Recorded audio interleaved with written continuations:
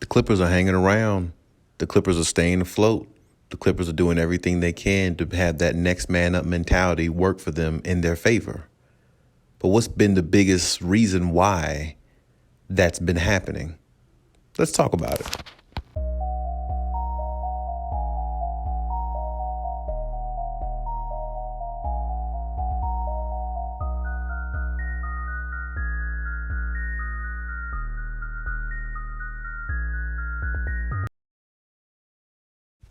You know, when a team is on a winning streak, or when a team wins a big game, or when a team has, a lot of chemistry, when they gel, when they play together as one, when they understand one another, when they play for one another, and they want to see each other succeed while they're on the court and off the court, it definitely is a good thing to see in regards to any team that has that type of chemistry, because it only results in good things over time.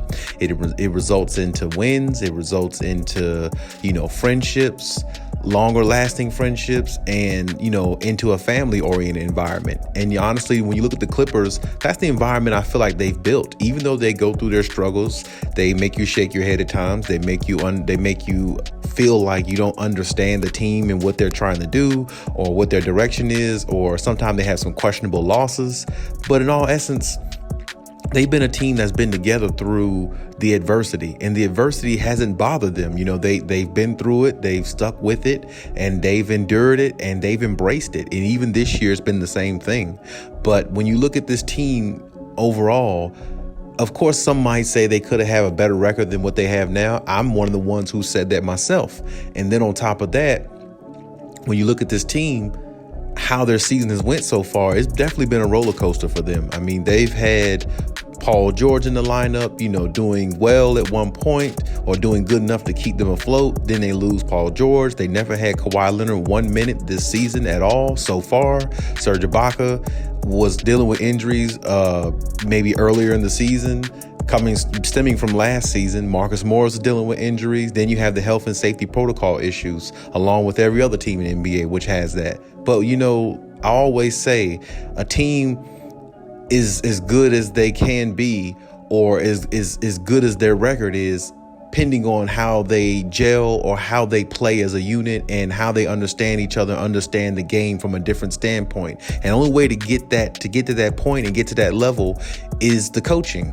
And honestly, I don't think coaching gets enough credit when it comes to how well a team is playing and what success they're having. And, honestly, when I look at this team here, I'm not sure if Ty Lue gets enough credit, or I'm not sure we give him enough flowers in regards to how good of a coach, he has been. But at the same time, how much he's willing to take risk. And a lot of times it works out to the good for him. Even in Cleveland, he did have LeBron James. He did have Kyrie Irving, I'm not going to lie. But he also had those players down 3-1 in a series in the NBA Finals. And with his coaching, along with LeBron's coaching, and along with their will to win and pushing those guys to play and not give up and pushing them to another level mentally, helped them come back and win that series. Most people are going to say it's all LeBron, but honestly, Ty Lue had a hand in that as well. Ty Lue helped get them there. Ty Lue was a part of that operation. And last year with the Clippers, if it wasn't for Kawhi Leonard going down, Ty Lue would have another team that he coached going into an NBA Finals, or making it to an NBA Finals. It's just that simple. And this is what I'm saying. I don't think Ty Lue gets enough credit. When you look at this season in its entirety, honestly, I said this season is a roller coaster. I said this season's up and down. I said this season's back and forth. And, honestly, you could say that about a lot of teams. But predominantly for this team, the reason why it hasn't really, they haven't had the record or looked as good is because they don't have their full roster. Kawhi has never stepped foot on the floor yet. PG is hanging in there, or was hanging in there as much as he could, until his elbow injury just, erupted on him even more with the torn UCL. And it just, it seems like the walls and everything was just caving in on the Clippers, but Resiliency and next man up mentality is what Ty Lue preaches to this team every day, apparently, because the way this team comes out and plays at times, it just shows you how good of a team they can be.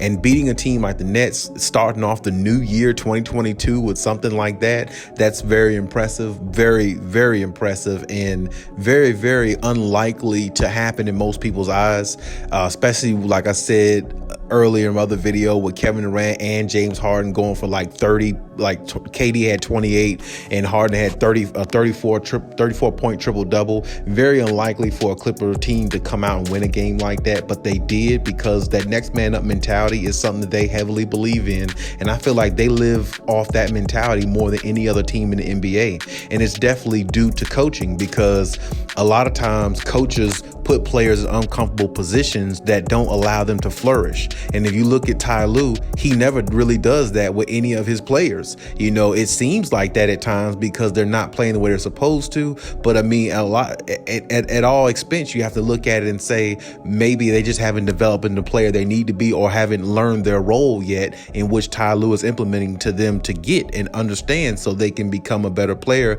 and be involved in the offense more. And I've criticized Ty Lue, just like you and probably other people have who's listened to this video, or other people out there who just watch NBA in general. But when you look at this situation, overall, he's done a very good job with this team. PG is out for 3-4 weeks. He needs to be reevaluated. Kawhi Leonard never stepped foot on the floor one time this season as of yet. Serge Ibaka has had injuries.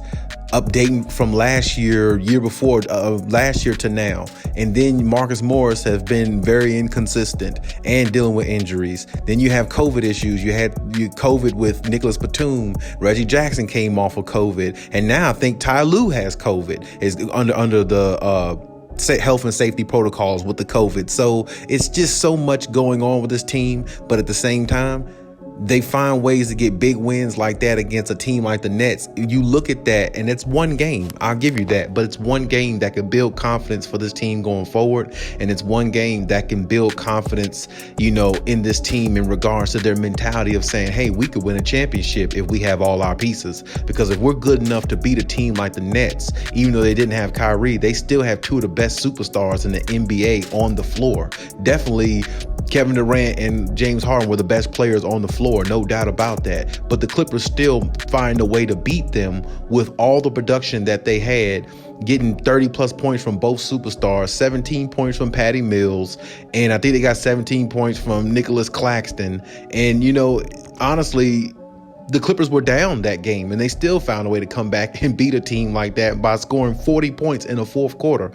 When a team scores 40 points in one quarter, usually they have all their firepower to do that. It takes a team to have all their firepower, all their superstars to score 40 points in one quarter. It just does. And it's no other way to look at it. It's no other way to say it, because most of the time when you see stuff like that, 40, 45 points in a quarter, that's when everybody's clicking on all cylinders. And the fact that the Clippers are very shorthanded and was able to put up a quarter like that, and Eric Bledsoe led the charge, definitely proud of him, because I definitely was waiting to see when he's going to rise and step up and be, understand that you're a part of this core now. You're a part of this team that's supposed to help the Clippers win. That's the reason why they traded two players to get you. And he finally played a game where not only it was substantial, but it definitely had a lot of meaning, and it definitely can, put the Clippers on the rise more than anything else going forward in their playoff hunt going into the playoffs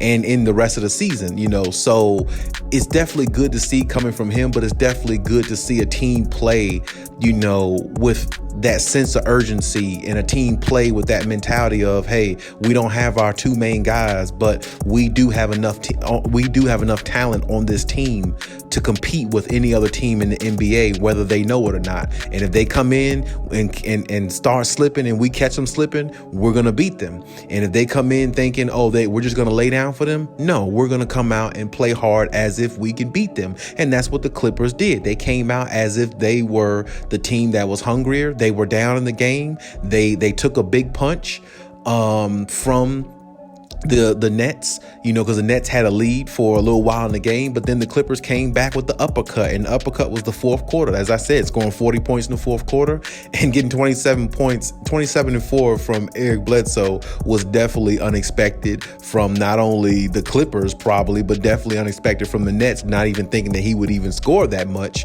And, Reggie did chip in with 19 points as well, coming back off protocol. Shout out to him as well. And, it just shows how good this team could be. And honestly, Ty Lue doesn't get enough credit.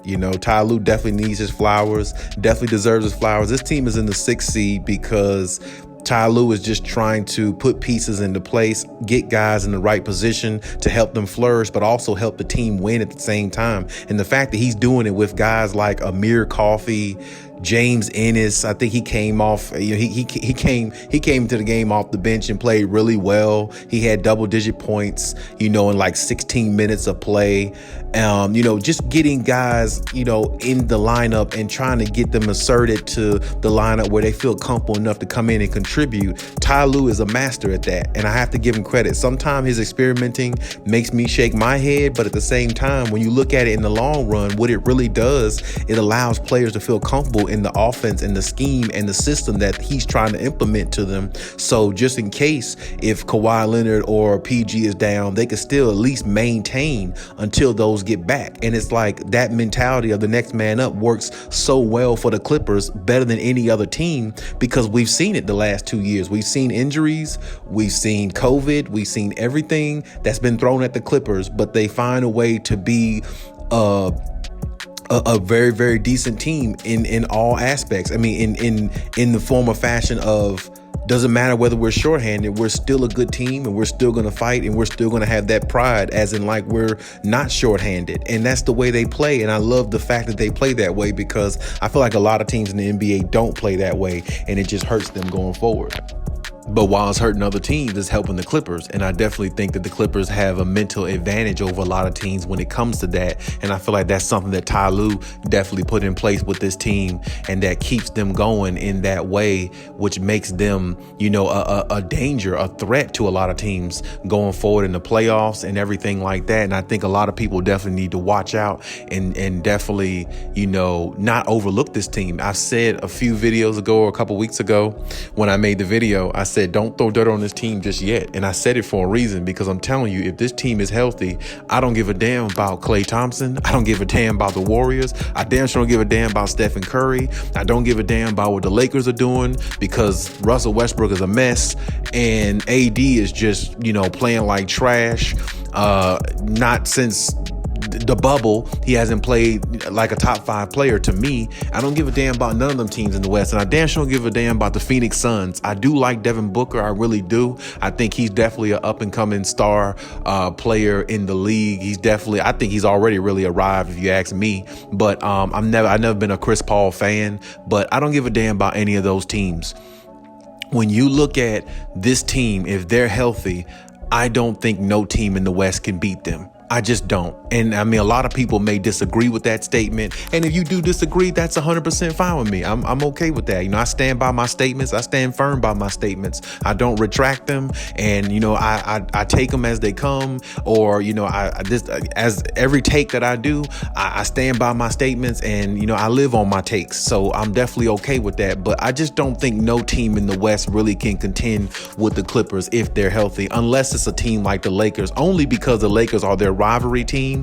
But even still, looking at the Lakers, I mean, the way they're constructed right now and the way they're playing right now, they can't beat the Clippers right now. Now, unless they make some drastic or dramatic changes or something like that, maybe it'd be more, competitive then. But I mean, honestly, the Clippers just beat the Lakers a couple weeks ago, and Luke Kennard was the damn hero of the game. And you got freaking Russell Westbrook, and I think Anthony Davis was playing at that time, and LeBron James, and you still lost to a team without Kawhi and PG, and Luke Kennard was the player of the game, an unlikely unsung hero. And this is what I'm talking about. The Clippers are slowly, silently getting wins against teams this season. Maybe not all the time, but they're getting some wins against some key teams this season. Really are. And like I said, the Lakers was a key team because it's always good beating the Lakers if you're a Clippers fan, and it's always good to beat the Clippers if you're a Lakers fan, just because of the rivalry. And then, you follow up. You get a win like that, you have a little bit of shakiness and some losses after that, but it's only mainly because of, like I said, the Clippers are the most injured team in the NBA. I mean, they don't have their main guy. PG is out. They've had health and safety protocols like every other team. And like I said, now Ty Lue is in the health and safety protocol. So it's like they've been depleted the last couple years of injuries, but they still found a way to be afloat. And then, like I said, getting a win against the Nets, a team where they were definitely on fire. They definitely had the offense going. I mean, this was 100. I mean, that game was what the Clippers won 120 to 116. And you got to understand, they did that as the road team. The Clippers were the away team. They didn't even win this game at home. They won on the road in Brooklyn without no superstar.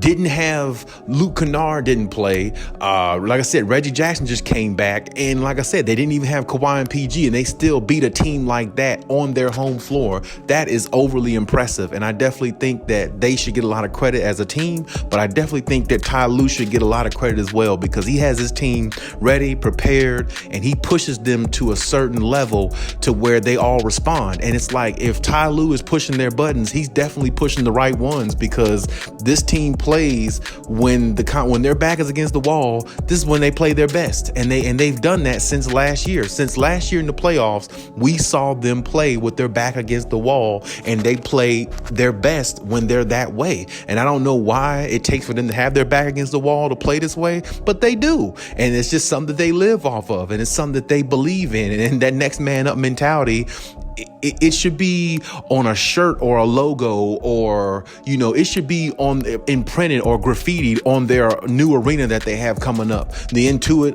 Dome that they're getting. They should put next man up mentality and spray paint it all over that stadium, because that's exactly who the Clippers are. They are the epitome of that phrase. No other team lives up to that phrase more than this team, and I have to give the team some credit, and I gotta give Ty Lue some credit. Shout out to him for having this team ready, having those other guys ready. I didn't think Amir Coffey would come into a game like the Nets and score 14 points or something like that. I didn't think he would be. I think he had 14 and 7. But there again, that's the point. That's the point I'm trying to make. It's a player like that comes off the bench. That on most teams, Amir Coffey will probably be a player on the bench that's basically waving pom poms, just sitting on the sideline and jumping up anytime somebody gets dunked on, or anytime a good play has made. They'd be clapping on the sidelines and never get any playing time. But on a Ty Lue team, he's getting substantial minutes. He's getting substantial playing time. And it could be due to the fact of injury and things like that. But we've seen Ty Lue last year implement Terrence Mann and Luke Kennard and players like that, when a lot of people thought those players wouldn't even get no playing time. You see, and that's just what he does. He experiments with his lineups, and he gets everybody engaged, and somehow he makes everybody feel comfortable in his system and how he plays, and everybody loves playing for Ty Lue. And I definitely think that, he's underrated as a coach. I definitely think that what he's done this year so far with this team, having them in the 6th seed, an opportunity to still be afloat, even though he's missing his 2 players. Honestly, if they're a 6th seed with no Kawhi, no PG, they would be a 2 or 3 seed with them. Honestly, this year, based upon what we've seen so far, I mean, they definitely would be a 1 or 2 seed with them playing. I mean, it's just no doubt about it. I mean, if they could stay in the 6th seed right now with no talent in most people's eyes, even though I think the Clippers got a lot of talent, but most people would say the Clippers have no talent on the floor, and they're still better than the Lakers. They still have a better record than the Lakers. Let that sink in. The Lakers got all the damn talent, and the Clippers, technically, in most people's eyes, don't have any. But they still got a better record than the Lakers, and they beat the Lakers in their first matchup. It's what I'm saying. Like, Ty Lue just knows how to press the right buttons on players, and it's amazing to watch, and I've definitely been amazed by it. So shout out to him. Hope he gets better with the health and safety protocols, along with the rest of the Clippers and the rest of the NBA and everybody out in the world, whoever not even in sports. other sports, outside of sports, me, you, hopefully everybody stays safe with the COVID and stays away from it. I definitely hope that. But definitely been impressive, definitely been impressed with what I've seen, other night against the Nets in regards to a big win coming into the new year. But overall, this team has definitely, been impressive in regards to all the things that they've been going through and all the concerns that they've had. Serge Ibaka possibly getting traded, not knowing when Kawhi Leonard's going to come back, not really knowing now when PG is going to come back. He came back for a little while, but then he irritated the elbow even more. Now it's torn even more than what it probably was. Reggie was on health and safety protocols. Marcus Morris was injured and still inconsistent for a while. And then he came back playing pretty well. Serge Ibaka comes back on limited minutes. Isaiah Hartenstein was out a little bit. You see what I'm saying? It's so much that the Clippers, it seems like the Clippers go through more than any other team, but they find ways to win. They find ways to stay around. They find ways to hang around, stay afloat, and just keep themselves within striking distance. And that's all Ty Lue really is implementing to this team. Hey, we can go out there and compete with anybody. Let's just stay in striking distance. Let's try to uphold and stay in a playoff seeding between 6, 7, and 8, maybe a little bit higher if we can get it, and keep it there because our guys are coming back. Kawhi is working to come back as quickly as he can. PG is doing the same thing. And the way that the way that Kawhi sounds, in regards to wanting to come back and help this team and be a part of something really, really good along with PG, with what I'm seeing from this team, from those other guys on the bench that they have, they got a really, really deep team, and they got a really scary team if they're healthy. And I don't think a lot of people should overlook them.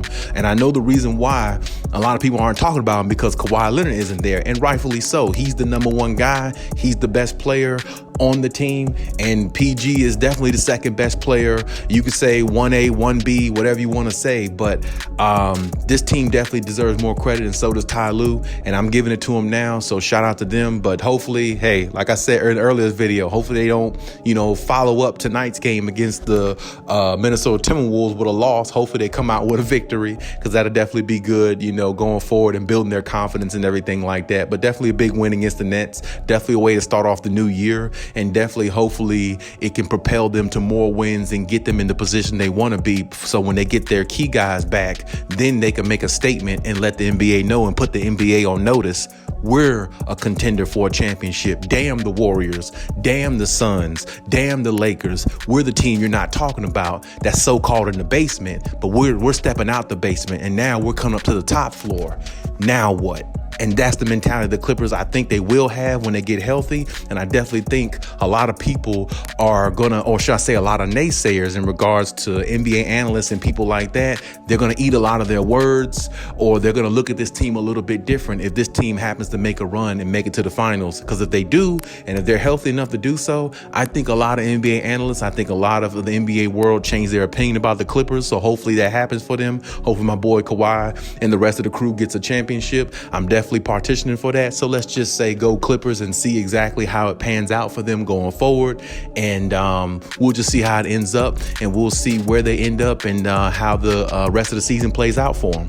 But hey, that's my take on the situation. You leave any comments in the comment section. As always, let me know what you think. And hey, Khaliis out.